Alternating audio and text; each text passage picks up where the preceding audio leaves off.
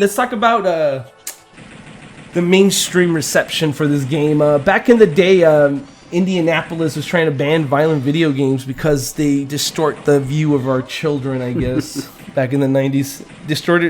Destroyed me and Barry's childhood. I kill people. We're violent criminals. I do too. Just on secret, though. Yeah. Don't tell anybody. Yeah. Especially zombies. And the U.S. Appeals Court Judge Richard Posner reviewed the game, and this is what he had to say about the game.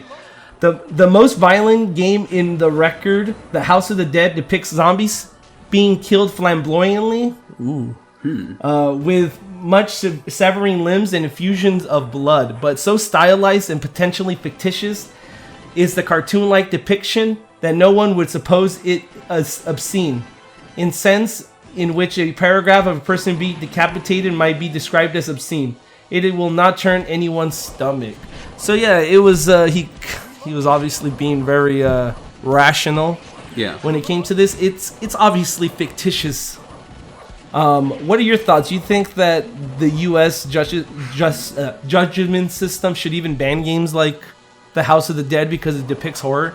And this isn't a kind of game that you have to be ID'd before you played, and this was before the whole IDing and console owning. Like right now, it's really, I guess, pushed. Like if you go buy a console game, you get ID'd. I get ID'd. I don't know why, but what do you think? Like, you think that these kind of games should have even been public for me and you to play?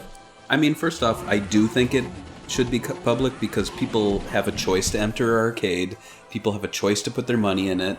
And if you're a parent and you're allowing your kids to do this, and you're against it, then you should be watching over your kids to make sure they don't do these sorts of things. Otherwise, it's your own damn fault that your kid got to the arcade, had the money to play the game, and played the game.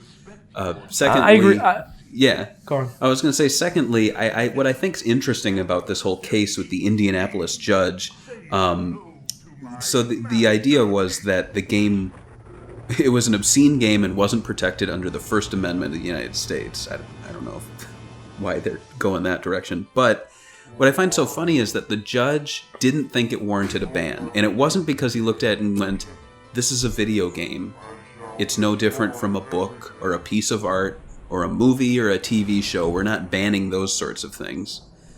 And yet, the reason instead that he protected it was that he thought it still looked a little cartoon-like, and he thought it was stylized enough, and it was obviously fictitious, that it didn't require a ban.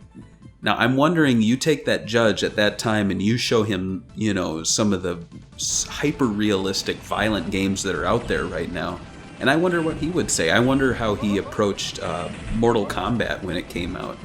Because on one hand, it's a win for House of the Dead that it didn't get banned. On the other hand, it's kind of a loss just because the only reason it didn't get banned was because the judge saw it and thought, it's a little cartoony. It's fake. It's all right.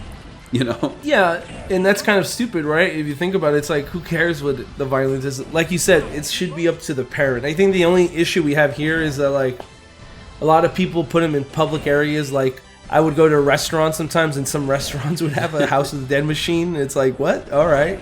Get some guts in before I eat some food. Right. But, you know what? That's the place of business. If you have a problem with that, go tell the place of business. Why do you have this freaking zombie murdering simulator?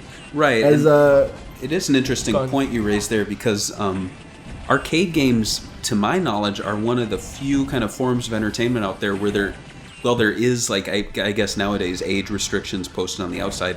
There's no one there to stop you from playing it. No one's carding you. You can do that with movies. You can do that with video games. I don't think people do that with books. I feel like any kid could go into a bookstore and buy a book that's super violent. I guess just because it's the written word, it's not as, seen as obscene.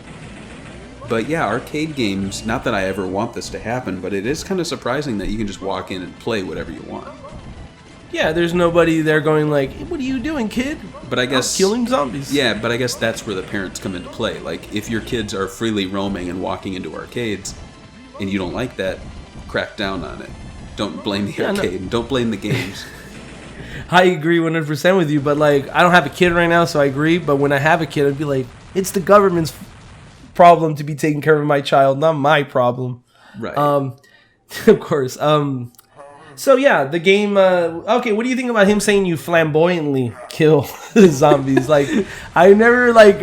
You're the user, dude. You're the one with the guns. If you're doing it flamboyantly, good for you, Judge. But like, don't judge me on how I play the House of the Dead.